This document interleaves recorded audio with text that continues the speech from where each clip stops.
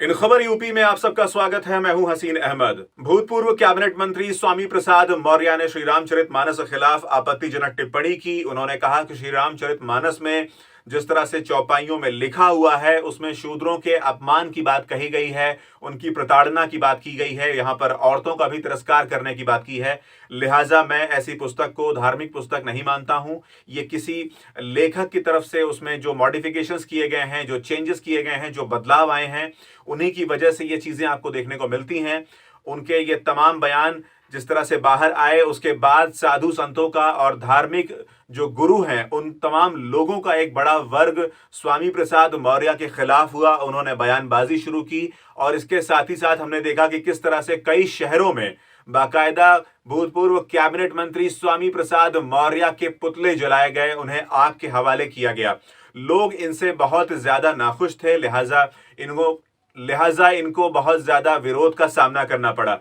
तो वहीं अब आपको बताते चलें कि एक और खबर सामने आ रही है। एक पोस्टर लगाया गया है प्रयागराज में जहां पर इनका समर्थन किया जा रहा है।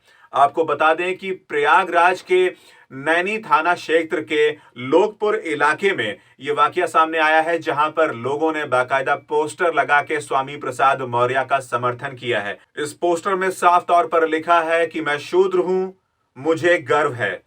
इस पोस्टर में आगे भी कुछ चीजें लिखी गई हैं जैसे कि न पैसा लगता है न खर्चा लगता है, जय भीम बोलिए बस अच्छा लगता है।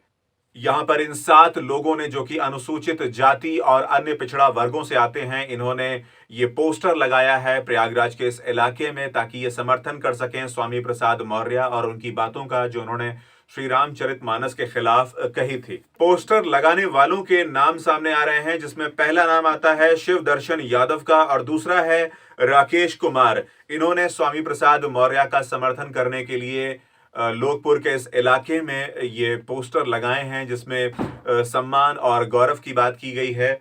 वहीं साथ ही साथ आपको बताते चलें कि वहीं इस पोस्टर के माध्यम से भी श्री रामचरितमानस से ये चौपाइयां हटाने के लिए बाकायदा निवेदन किया गया है। ये इल्तिजा की गई है कि इन चौपाइयों को हटाया जाए। इसके साथ ही साथ यहाँ पर साफ तौर पर यह बात निकलकर सामने आती है कि शूद्र होना समाज के इस वर्ग के लिए गौरव की बात है। उन्होंने साफ तौर पर कहा कि हम शूद्र हैं और हमें इस बात पर गर्व है, हम गौरवान्वित महसूस करते हैं जब हमको ये पता चलता है कि हम एक ऐसे वर्ग से आते हैं जिसे शूद्र कहा जाता है।